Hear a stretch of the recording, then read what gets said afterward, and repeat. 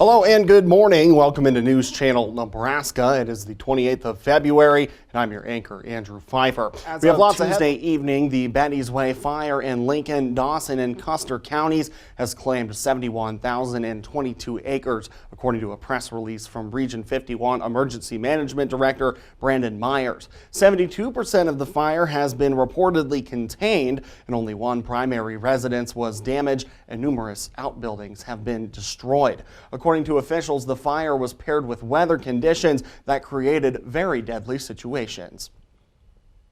We had no injuries or no fatalities to the civilians, our community, as well as our firefighters. So that's a big win for us. We did lose some firefighters over the course of the last 3 years, and this fire was pretty much similar to what we had a few years ago with wind-driven fires and potential for loss of life. Crews are continuing to monitor the situation as the weeks progress. The main goal, they say, is working on containment and control. Fire managers are actively working with the American Red Cross and various state agencies to aid those affected by the Betty's Way fire. After some unseasonably warm weather in the state a day prior, western Nebraska was hit with snow on Tuesday. That included a snow squall in North Platte. As you can see here in the video, the National Weather Service issued a snow squall warning for central and western Nebraska on Tuesday. Snow squall warnings are issued when visibility is so low along major highways that traveling is dangerous. The snow that falls might also cause some flash freezing with slippery roads, possibly causing accidents. Those warnings did expire by mid-afternoon. However, the Panhandle, which saw temperatures on the lower 60s on Monday, was surprised with snow as temperatures plummeted into the lower 20s on Tuesday. The same thing happened up here in Norfolk and portions of northeastern Nebraska as well. And according to the Nebraska 511, parts of the state roads and highways from Harrison to Cedar Rapids are partially covered by snow. The Nebraska State Patrol advises drivers to stay alert to changing conditions. Well, Monday was filled with clear skies and warm weather. Yesterday had the opposite result. From where we go on to Ryan Patty, who has why the snow came so suddenly, and he talked to the National Weather Service to learn more. Nebraskans would be forgiven if they thought it was summer this past Monday. Record-breaking temperatures saw Nebraskans taking in the sun and breaking out their summer clothes. However, just 24 hours later, they were already bundling up and putting winter jackets back on. It's a feeling all too common for longtime residents in the Midwest, but why does it happen? Meteorologist Taylor Nicolaisen from the Omaha Valley National Weather Service said several factors play into Nebraska's weather mood swings, including a lack of precipitation, a dry climate, and plenty of sunshine. Everything was dry. You can warm up, an empty pan faster than you can one that's filled with water. So it was kind of like we were an empty pan warmed up. So with the ground still dry in most areas, why the sudden change of temperature the next day? Nicolaisen explained it's because of Alberta Clipper, an event where cold air that has gathered in the atmosphere becomes so large and dense, it forces its way across the country with Nebraska in its path. Been very warm, and that cold air has all been kind of pushed off to the north, and we've been keeping it at bay, and it just gets colder and denser and heavier. Finally, all that cold air that's kind of been building up over some of the snowy parts of the northwest, and then here it comes. It's still very cold. It comes rushing in, and that's what we got going on here. Nicolaisen pointed out that temperature swings aren't uncommon during this time before temperatures finally settle and become consistent. You'll get a little bit of wiggle, and all of a sudden it'll all go one way or the other. That's kind of how it works. It's just back and forth, and we're starting to see that struggle now. Reporting from Norfolk, Ryan Patty, News Channel Nebraska. We've seen a prime example of this recently this week out in North Platte. Windy conditions are increasing the fire danger around the state. Take a look. Well, and what seemed like a couple of nice days with weather has quickly turned into chaos here in Norfolk, where this wind is pretty brutal, as most of the city is under a wind advisory with actually hints of a little bit of snow.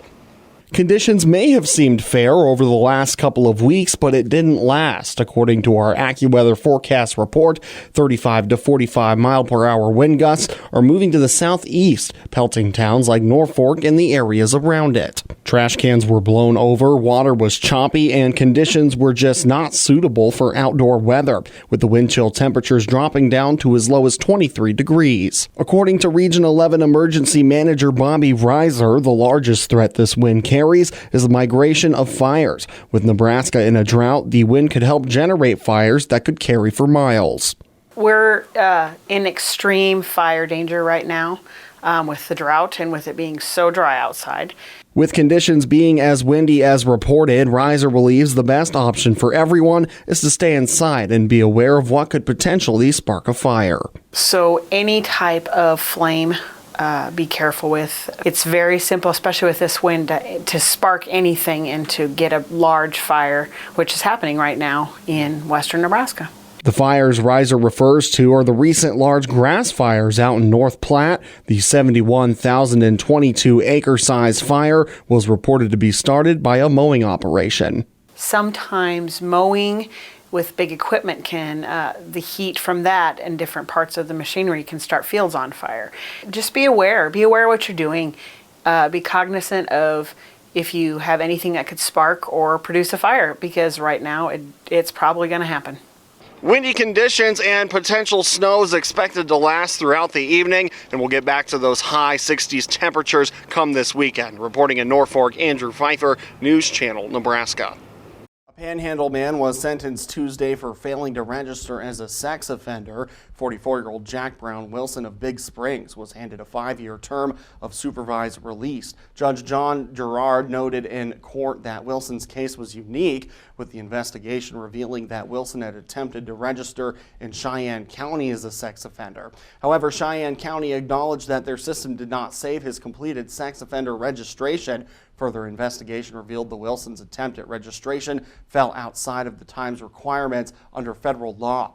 Wilson was given the opportunity to explain what had happened as the investigation commenced, but failed to attend the scheduled meeting and stopped answering his phone. Approximately a week later, he moved to another state. Amid all that snow, firefighters had to deal with an apparent electrical fire. We go back out to the Panhandle, where Scottsbluff first responders were on the scene of the fire at the Seventh-day Adventist Church. The fire occurred Tuesday morning as snow was falling, with firefighters clearing the scene by lunchtime. A medical issue during Tuesday morning's proceedings in the Adam Price double murder trial put the defense case on pause for the day. Price is accused of killing his 2 children, 5-year-old Emily and 3-year-old Theodore. They were found dead in his home in May of 2021. The state says the cause of death was suffocation. Price was later arrested in California. The state rested its case Tuesday morning, in the 6th day of the trial, and proceedings moved on to the defense witnesses. Not long into that testimony, the public defender asked for a break, the details of which were placed under seal. At one point during the testimony on Tuesday, it seemed as though the case could just go to jury as soon as Tuesday afternoon, but by lunchtime, the court was planning to hear closing arguments on Wednesday. Upon returning from the lunch recess, Judge George Thompson addressed the jury about the events in Tuesday's court.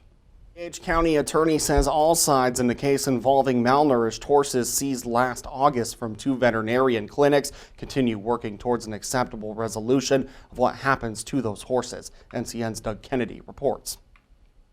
The horses, which have been cared for at a rural Crete animal rescue operation, have been in good shape thanks to donations and public funding from Gage County applied toward the cost of their care. County Attorney Roger Harris said one recent estimate he has is that the county's share of costs totaled around $18,000, but private donations add significantly to that. A volunteer for the horse rescue recently sent a letter that the horses are to be auctioned this weekend at a Palmyra sale barn. Harris said that's been part of the negotiations on the civil side of the case. We've been working with the owner of the horses. The sheriff's office had, when I say we, to take care of some issues regarding the animals, and that had been done long before we took our action in district court. And again, a lot of this stuff, and that's the unfortunate thing, and I'm not going to apologize for it, but there's a lot of information that flows through this office from reporting agencies that we look at and see what's the best resolution, both for the citizens of Gage County and as well as the purported offenders and the animals involved. Harris said he's not at liberty to say whether an auction will go forward. He said the civil investigation continues. There's also the potential for criminal charges. Veterinarian Jennifer Gleisman last summer was cited for 37 counts of animal neglect after the investigation into neglect involving several horses at veterinary clinics in Beatrice and Pickrell. Harris acknowledged the case has produced an emotional reaction over the animals. And I'd love to share some of the emails I'm getting. I didn't realize I had that many fans out there in the world that, from Canada that have absolutely nothing to do with anything here in Gage County, but they want to spread their wisdom to our office and help me out. So, again, I know a lot of that stuff you have to take with a grain of salt and smile, but we're looking out for the best interests of this county and doing the best we can on this situation. And I would just tell people social media isn't where all the facts are. A March 18th hearing is coming up in Gage County District Court on disposition of the animals. Hearings have been rescheduled several times following defense motions seeking more time to resolve the matter. Harris said the county cannot keep funding the care of the horses indefinitely, and he said he appreciates the donations the county has received since the case originated. Although the Epona Horse Rescue has cared for the animals, Harris said the horses remain in the custody of the Gage County Sheriff's Office. From Beatrice, Doug Kennedy, News Channel, Nebraska. 2 men are in custody after authorities reportedly found them with loaded handguns in the Omaha Hall of Justice. The guns were found at security checkpoints outside the courtrooms. A Ruger was spotted at about 8 a.m. in a backpack as it went through the metal detector at the Douglas County Courthouse. The bag belonged to a man headed into a protection order hearing. He was arrested and detained while authorities checked on whether he had a protection order. In the meantime, he was cited with a misdemeanor and a gun was seized. A few hours later at 11 a.m., a man going into probate court at the Civic Center had a disarmed Smith & Wesson confiscated. Authorities said he was carrying it in a holster on his side, triggering the alarm on the walk-through detector. He was cited for a misdemeanor and was released, but his gun was seized. Only one of Nebraska's 5 Republicans on Capitol Hill is facing a serious challenge in the May primary. NCN's Joe Jordan previews a Metro fight where Ukraine is front and center. As the war in Ukraine enters year number 3 and Ukraine looks for U.S. help, there's a real divide in the Republican Party over Ukraine. News Channel Nebraska goes inside the fight for Congress between Omaha Republicans, incumbent Don Bacon, and his challenger, Dan Fry. You don't worry about a bigger, stronger, more aggressive Russia? As the two battle over funding between Ukraine and the southern border. That story soon on News Channel Nebraska. The decision clock is ticking for one of Nebraska's most controversial political figures. Will former state senator Ernie Chambers make another run for the legislature? NCN's Joe Jordan has a report.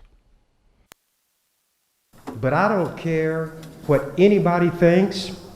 I don't care what anybody says, and nobody is going to intimidate me into being quiet. Love him or hate him, that was former state senator Ernie Chambers in 2020. Shortly before he was term limited out of the legislature for the second time.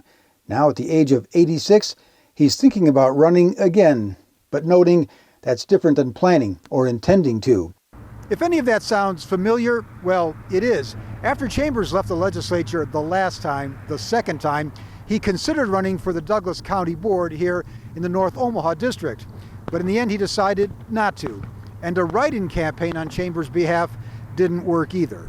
By the way, if Chambers does run for his old North Omaha seat, he'll be taking on incumbent Senator Terrell McKinney, who Chambers backed 4 years ago.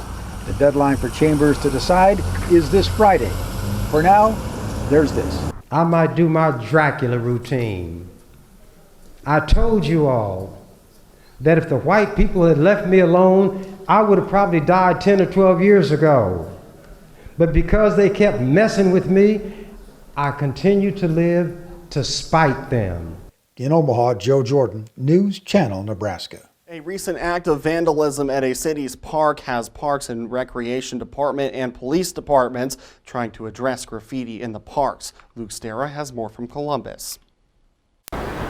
a park full of spray paint. That's what Columbus Parks and Rec woke up to a week and a half ago, with slides being covered in graffiti as well as shelters. Since then, the graffiti has been cleaned, and authorities and Parks and Rec officials are hoping to keep their parks clean for their citizens as the spring and summer seasons are just around the corner. Columbus Police Captain Charles Shearer says vandalism like this does happen, but he was surprised at the timing of the act. We normally don't start seeing graffiti in the parks until later in the year, later in April, May, that type of thing, and then throughout the summer. This one happened to happen in February, and so that's a bit early for us to find those type of activities. According to police records, there have been 15 incidents of vandalism in the past 2 years at Columbus Parks. For Columbus Parks and Recreation's director Betsy Eckert, seeing the park sustain damage by the actions of criminals can be demoralizing. It's really disheartening because you want your community to take pride in the amenities that we have for them. And so you would hope that they would help take care of those, not just for themselves, but for their children, for their neighbors, and for their friends. Eckert says cleaning up the graffiti takes up city time and resources and wants to encourage citizens in Columbus to keep the parks clean. In October, Parks and Recreation had to temporarily close down Sauk Pond due to illegal dumping in the pond. Since the vandalism was discovered, Eckert says it has been cleaned up and advises citizens who see any type of vandalism taking place to report it to the police. Shearer says the department is currently investigating the previous incident and says there is a pattern for a majority of these acts. Typically, they're young adolescents, and what drives them to this type of behavior, I don't know. I don't know what causes people to do senseless acts of destruction to equipment that people use, the general public uses all the time. The city's water park, Pawnee Plunge, is upgrading their security cameras, and both Eckert and Shearer hopes this helps deter any potential vandalism and keeps the community park safe. Reporting for News Channel Nebraska, this is Luke Stera. Traffic camera in the Omaha Metro has state officials asking who a recent visitor is. Check this out. The Nebraska Department of Transportation camera along I-80 at Highway 50 getting photobombed by an owl just after midnight Tuesday. This wasn't the owl's first visit to the DOT perch. It was also spotted by the same camera in the early morning hours of February 2nd. We have more headlines coming up from around the state.